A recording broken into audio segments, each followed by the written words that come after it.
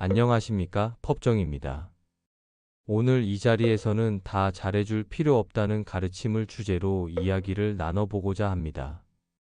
이 말은 우리 삶에서 모든 일을 완벽하게 해내지 않아도 되고 모든 사람에게 일일이 잘해줄 필요는 없다는 뜻입니다. 우리는 종종 완벽해야 한다는 부담과 남의 기대에 부응해야 한다는 압박 속에서 스스로를 몰아붙입니다. 그렇게 살아가면서 마음 한켠에는 말할 수 없는 피로감과 삶의 무게가 쌓이곤 하지요. 오늘 저는 그런 현실적인 피로감과 삶의 무게를 함께 들여다보고 거기에서 벗어나 자신의 마음의 평온을 지키는 지혜에 대해 이야기해 보고자 합니다. 우리 사회에서 많은 분들이 남의 기대에 자신을 맞추며 살아갑니다. 직장에서 상사의 요구에 항상 네, 알겠습니다 하고 즉각적으로 응하며 가정에서는 가족들을 위해 자신의 욕구를 뒤로 미루고 희생을 마다하지 않습니다. 친구나 지인들에게도 싫은 소리 한마디 못하고 웃으며 모든 부탁을 들어주는 분들이 많습니다. 이렇게 늘 남에게 좋은 사람으로 보이려 애쓰고 주변의 기대에 어긋나지 않으려 노력하다 보면 정작 자기 자신은 돌보지 못한 채 지쳐버리기 쉽습니다. 남들 눈에는 다 괜찮아 보일지 몰라도 속을 들여다보면 피로와 스트레스가 한가득 쌓여 있는 경우가 많지요. 모든 사람을 다 만족시킬 수는 없다는 옛말이 있습니다. 이를 잘 보여주는 작은 일화 하나를 들려드리겠습니다. 옛날에 한 아버지와 아들이 시장에 가기 위해 당나귀 한 마리를 끌고 길을 나섰습니다. 처음에는 둘 다 걸어서 당나귀를 이끌고 가고 있었는데 지나가던 사람이 그 모습을 보고 혀를 차며 말했습니다. 어휴, 당나귀가 있는데 왜 타고 가지 않나요? 두 사람 다 바보같이 걷고만 있네. 남의 말을 듣고 보니 일리가 있다고 여긴 아버지는 아들을 당나귀 등에 태우고 계속 길을 갔지요. 조금 더 가다 보니 다른 행인이 그 광경을 보고 퉁을 주었습니다. 아니, 저 어린 아들이 당나귀를 타고 늙은 아버지는 걸어가다니 참 버릇없군. 이번에는 아버지가 아들과 자리를 바꾸어 자신이 당나귀에 올라타고 아들을 걷게 했습니다. 그런데 또 얼마 못 가서 한 여인이 지나가다가 눈살을 찌푸렸습니다. 어머나, 어린아이를 걸리고 어른이 혼자 편하게 타고 가다니 너무하네요. 어른이라면 아이를 태워줘야지요. 그녀의 말을 듣고 아버지는 결국 당나귀에서 내려와 아들과 둘이 함께 당나귀 등에 올라타기로 했습니다. 그렇게 둘이 당나귀를 타고 가는데 이번에는 길 가던 사람이 손가락질하며 소리를 높였습니다. 어이쿠, 저 불쌍한 당나귀 좀 봐. 어린아이에 어른까지 두 사람이 한꺼번에 타서 저렇게 힘들어 하잖아. 주변의 비난에 당황한 아버지와 아들은 얼른 당나귀에서 내려왔습니다. 이러지도 저러지도 못할 상황이 되어버린 것이지요. 사람들이 하는 말을 하나같이 들어주려 애쓴 끝에 결국 누구도 만족시키지 못하고 자기들만 진이 빠진 격이 되었습니다. 심지어 마지막에는 강을 건너려다 당나귀마저 잃어버리는 일까지 벌어졌습니다. 두 사람이 강 위에 다리를 건너게 되었을 때 아버지와 아들은 차라리 당나귀를 둘이서 메고 가자고 생각했습니다. 그래서 당나귀의 다리를 묶어 장대에 매달고 둘이서 힘겹게 메고 가는데 당나귀가 버둥거리다가 그만 강물에 빠지고 말았습니다. 남들의 시선을 지나치게 의식한 나머지 정작 자신들에게 가장 소중했던 당나귀까지 잃어버린 것입니다. 이 이야기가 주는 교훈은 분명합니다. 모든 사람을 만족시키려 애쓰다 보면 오히려 중요한 것을 잃고 만다는 사실입니다. 남의 기대에 하나하나 맞추려다 보면 결국 나도 지치고 아무도 행복하지 않을 수 있다는 것이지요. 물론 이 이야기는 다소 극단적인 예일지 모릅니다. 그러나 곰곰이 생각해 보면 우리도 다른 사람의 시선과 평가를 너무 의식한 나머지 소중한 것을 놓치는 경우가 있지 않은지 돌아볼 필요가 있습니다. 남의 기대를 모두 채우지 못하더라도 내 삶의 중심을 지키며 사는 것이 더 중요합니다. 남들이 뭐라 할까 전전긍긍하며 모든 걸 잘해주려고 애쓰기보다는 때로는 이 정도면 됐다 하고 자신을 위로할 줄 아는 마음이 필요합니다. 그렇다면 우리는 어떻게 해야 할까요? 사회에서 완전히 남을 신경 쓰지 않고 혼자만 생각하며 살 수는 없는 노릇입니다. 우리는 가족과 직장과 친구들 사이에서 관계를 맺으며 살아갑니다.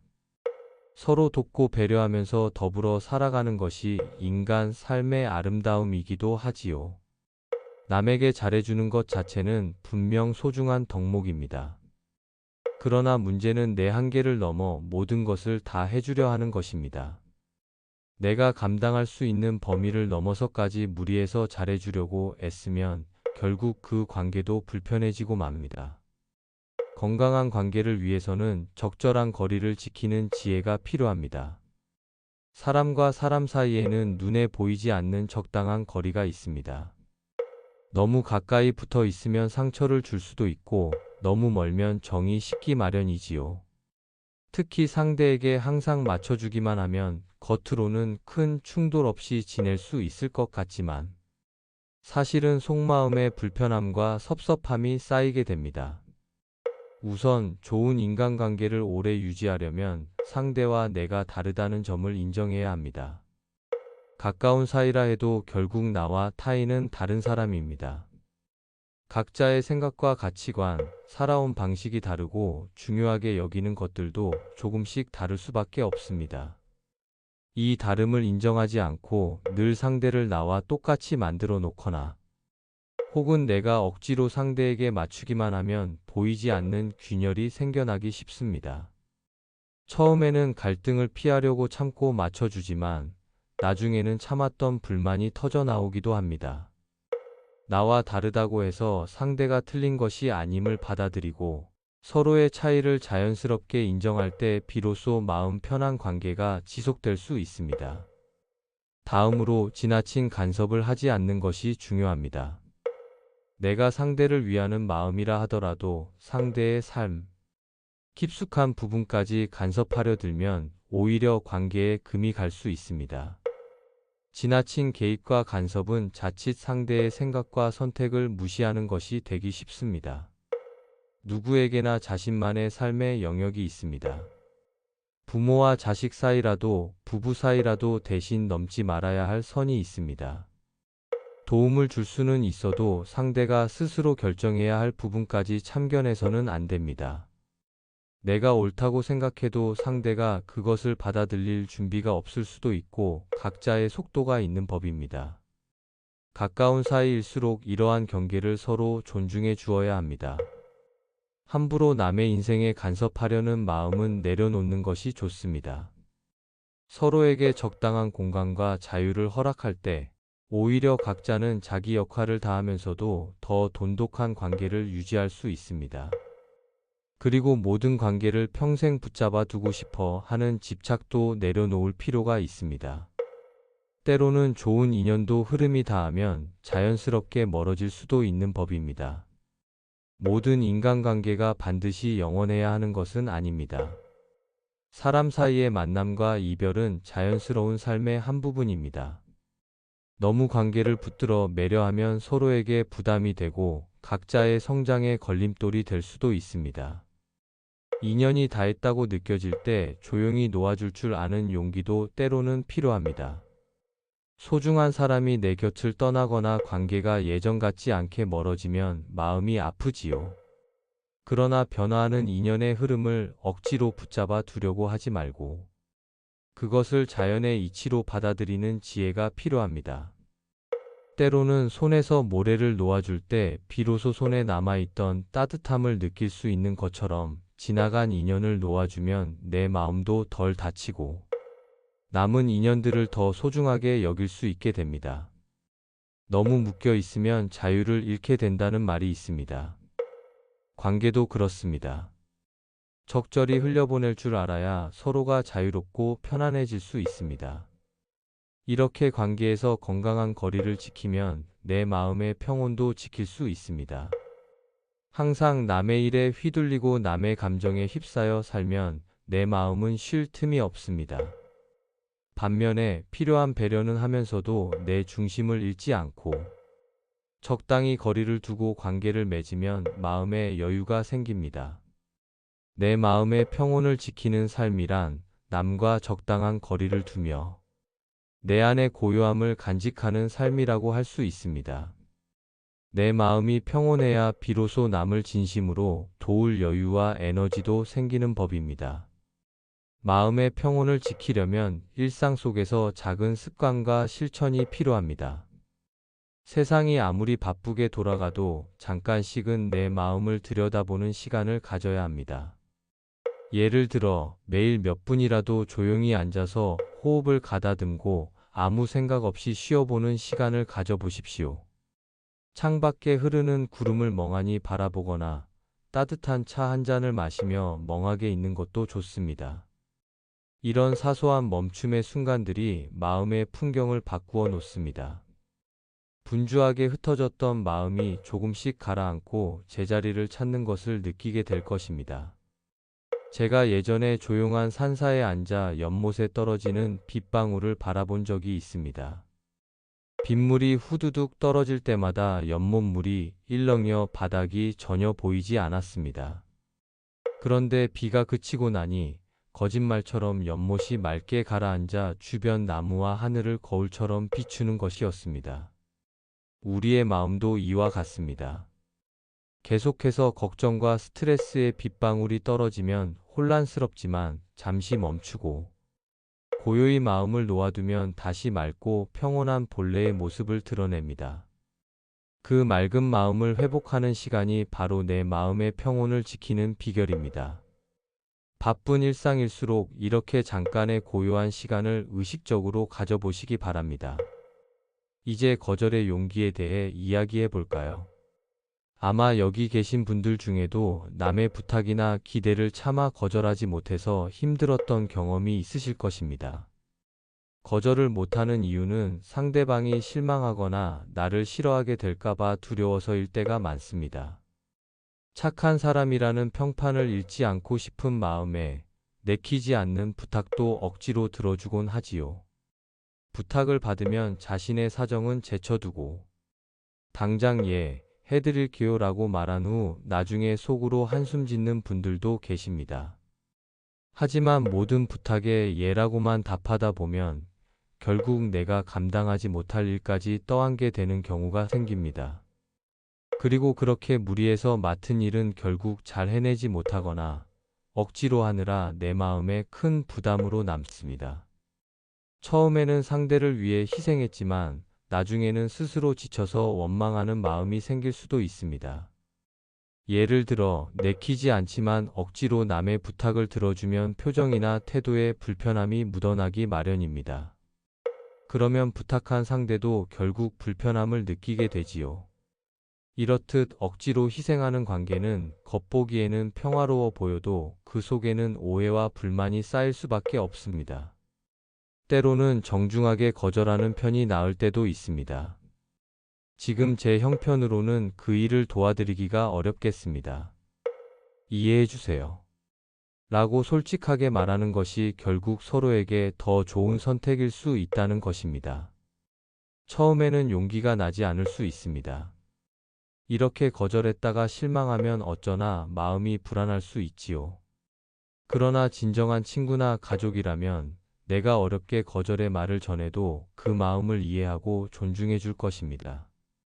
만약 상대가 나의 정당한 거절 한 번 때문에 인연을 끊어버린다면, 그 관계를 유지하기 위해 내가 항상 희생해야 한다면 과연 그것이 건강한 관계일까요?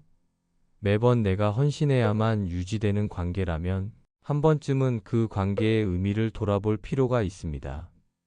그러니 너무 두려워하지 말고 내가 할 수 없는 일이라면 용기 내어 아니요라고 말해 보십시오. 처음 한 번이 어렵지 막상 하고 나면 생각만큼 큰일이 일어나지 않는다는 것을 알게 됩니다. 그리고 내 마음이 훨씬 홀가분해지는 것을 느낄지도 모릅니다. 저는 앞서 있는 그대로의 자신을 보여줄 용기에 대해 말씀드렸습니다. 바로 이 거절의 용기가 그러한 모습의 하나입니다. 내가 할 수 없는 일, 하기 어려운 일에 아니요라고 말하는 것은 나 자신을 존중하고 솔직해지는 행동입니다. 내가 나를 존중할 때 남들도 나를 존중해 줄 것입니다. 반대로 내가 나를 소중히 여기지 않고 아무리 힘들어도 참고 무조건 희생하기만 하면 주변 사람들도 당연히 그런가 보다 하고 생각하게 됩니다. 결국 내가 나 자신을 대하는 방식이 남이 나를 대하는 방식이 되는 경우를 많이 봅니다. 용기를 내어 내 진심을 표현할 때 비로소 서로 속마음을 이해하는 진정한 관계가 만들어집니다. 이제 내려놓는 연습에 대해 이야기해 보겠습니다. 우리는 살아가면서 알게 모르게 참 많은 것들을 마음과 어깨에 짊어집니다. 눈에 보이는 물질적인 짐만을 말하는 것이 아닙니다. 불안과 걱정, 남에 대한 미움, 지나간 일에 대한 후회, 미래에 대한 지나친 집착 같은 마음의 짐들을 끊임없이 쌓아두곤 하지요. 욕심, 비교심, 집착, 후회 이런 불필요한 생각들과 감정들이 우리 삶을 더욱 무겁게 만든다는 사실을 아시는지요? 사실 삶 자체가 힘겨운 경우도 있지만 가만히 따져보면 쓸데없는 마음의 짐 때문에 더 힘들어지는 경우가 많습니다. 상황 그 자체보다도 그 상황에 대해 붙들고 놓지 못하는 우리 마음이 문제일 때가 많다는 것입니다. 그래서 저는 버릴수록 가벼워진다는 말을 종종 합니다. 버린다는 것은 꼭 물건만을 뜻하지 않습니다. 불필요한 걱정거리, 나를 괴롭히는 생각들, 더 이상 되돌릴 수 없는 지난 날에 대한 후회, 그리고 이루지 못한 일에 대한 미련 이런 것들을 하나씩 내려놓을 때 비로소 마음이 가벼워지고 자유로워집니다. 비움이 곧 자유라는 말 그대로 버리는 만큼 우리 마음은 자유를 얻습니다. 아무 문제 없이 평온한 하루를 보내다가도 머릿속에 불안과 걱정을 잔뜩 쌓기 시작하면 당장 마음이 무거워지지 않습니까? 반대로 힘든 상황 속에서도 불필요한 잡념을 내려놓고 나에게 주어진 이 순간에만 집중하면 오히려 마음이 편안해질 때가 있습니다. 이처럼 내려놓음은 일의 결과나 성공과 실패를 떠나 있는 그대로의 나를 받아들이는 과정입니다. 욕심을 내려놓으면 마음의 평화가 깃들고 비교를 내려놓으면 나 자신을 존중하게 되고 집착을 내려놓으면 여유와 지혜가 생겨납니다. 물론 말처럼 한순간에 모든 집착과 걱정을 다 버릴 수는 없습니다. 그래서 연습이 필요합니다. 작은 것부터 하나씩 내려놓아 보십시오. 예를 들어 집안에 오래됐지만 버리지 못하고 붙잡고 있는 물건이 있다면 하나 꺼내어 과감히 정리해 보세요. 특별히 쓰지 않는데도 언젠가 쓸지 몰라 하며 쌓아둔 물건들을 하나 둘 나누어 주거나 버려보는 것입니다. 처음엔 아깝고 허전한 마음이 들 수 있습니다. 하지만 막상 버리고 나면 별일 아니었구나, 없어도 괜찮구나 하고 느끼게 됩니다. 그 빈자리로 시원한 바람이 들어오는 듯한 가벼움이 찾아오지요. 마음속 걱정도 마찬가지입니다. 계속 붙들고 있어봐야 해결되지 않는 걱정거리가 있다면 잠시 내려놓는 연습을 해보십시오. 일단 잠깐 내려놓자, 나중에 필요한 때 다시 생각하자 하고 현재 할 수 있는 일에만 집중해 보는 겁니다.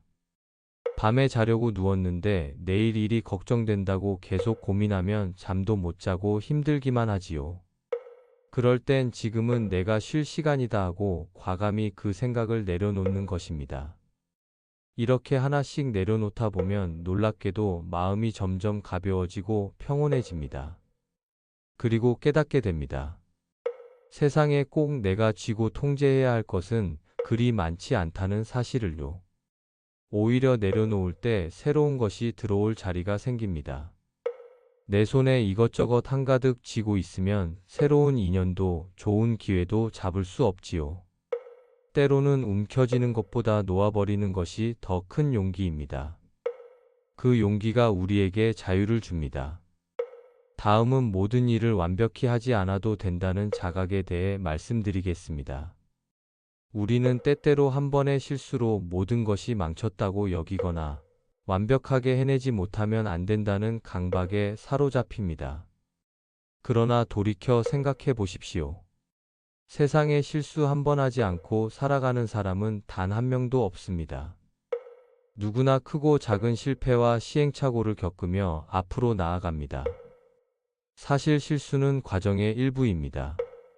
저는 예전에 이런 말을 한 적이 있습니다. 넘어지는 건 흙길을 걷고 있다는 증거라고요. 무슨 뜻일까요? 평탄하게 잘 포장된 길이 아니라 험한 흙길을 열심히 걷고 있기 때문에 넘어지는 것이라는 의미입니다. 인생은 미끄러짐으로 완성되는 것이지 멈춰 있다고 이루어지는 게 아니다라는 말도 했습니다. 이는 우리가 넘어지고 실패하는 경험들까지 합쳐져서 인생이 이루어진다는 뜻입니다. 아예 움직이지 않고 가만히 서 있으면 결코 넘어질 일도 없겠지요. 그러나 그렇게 멈춰서는 아무 일도 이루지 못합니다. 발걸음을 떼고 앞으로 나아가다 보면 돌부리에 걸려 넘어질 수도 있고 진창에 미끄러질 수도 있습니다. 하지만 그 과정을 통해 우리는 배웁니다. 넘어지면 일어나는 법을 배우고 같은 돌부리에 다음번엔 걸리지 않도록 눈여겨보게 됩니다. 그렇게 조금씩 더 나은 길을 찾아가게 되는 것이지요. 그러니 실수했을 때 지나치게 자책하지 말라고 말씀드리고 싶습니다. 한 번의 실패로 모든 걸 망쳤다고 절망할 필요도 없습니다. 오히려 그 실수가 있었기에 배울 수 있었던 것이 무엇인지 돌아보는 편이 낫습니다. 살다 보면 누구나 몇 번이고 넘어집니다. 중요한 것은 넘어질 때마다 자신을 책망하며 주저앉아 버리는 것이 아니라 일어나서 다시 걷는 것입니다. 완벽하게 해내지 못해도 괜찮습니다. 가령 직장에서 어떤 프로젝트를 완벽히 끝내지 못했다고 해서 인생이 끝나는 건 아닙니다. 자식 키우면서 한두 번 실수했다고 해서 부모 자격이 없는 것도 아니지요. 우리는 완벽할 수 없기에 배우고 실수가 있기에 성장합니다. 또 한 가지 기억해야 할 점은 세상의 많은 아름다움은 오히려 완벽하지 않음에서 나온다는 것입니다. 가지런히 쌓아 올린 돌담을 떠올려 보십시오. 얼핏 보면 반듯해 보여도 가까이 다가가 보면 크기도 모양도 다른 돌들이 모여 있습니다. 조금 울퉁불퉁해야 돌담이 튼튼하고 멋스럽게 보입니다. 사람의 모습도 그렇습니다. 작은 결점 하나 없이 완벽해 보이는 사람보다 약간 모자라고 빈틈이 있는 사람이 인간적이고 친근하게 느껴질 때가 많습니다. 너무 완벽해 보이면 오히려 주변에서 부담스러워하거나 다가가기 어렵게 느끼기도 합니다. 우리는 모두 조금씩 부족하고 실수가 있기 마련입니다. 그 자연스러운 모습을 있는 그대로 받아들일 때 오히려 마음이 편안해지고 다른 사람과의 관계도 솔직하고 편해집니다. 이제 스스로에게 말해 주십시오. 완벽하지 않아도 괜찮다. 이 말 한마디가 주는 위로가 참 큽니다. 부모로서 때때로 실수해도 괜찮습니다. 직장에서 가끔 실적이 기대에 못 미칠 수도 있습니다.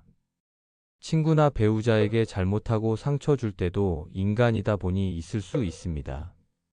중요한 것은 그때그때 배우고 고쳐나가면 되는 것이지 애초부터 실수 한 번 하지 않겠다고 자신을 옥죄는 게 아닙니다. 완벽함의 굴레에서 벗어나면 비로소 삶의 여유와 웃음이 찾아옵니다. 실수하고 허점이 있어야 인간미도 나오고 또 다른 사람의 부족함도 따뜻하게 바라볼 수 있는 마음이 생깁니다.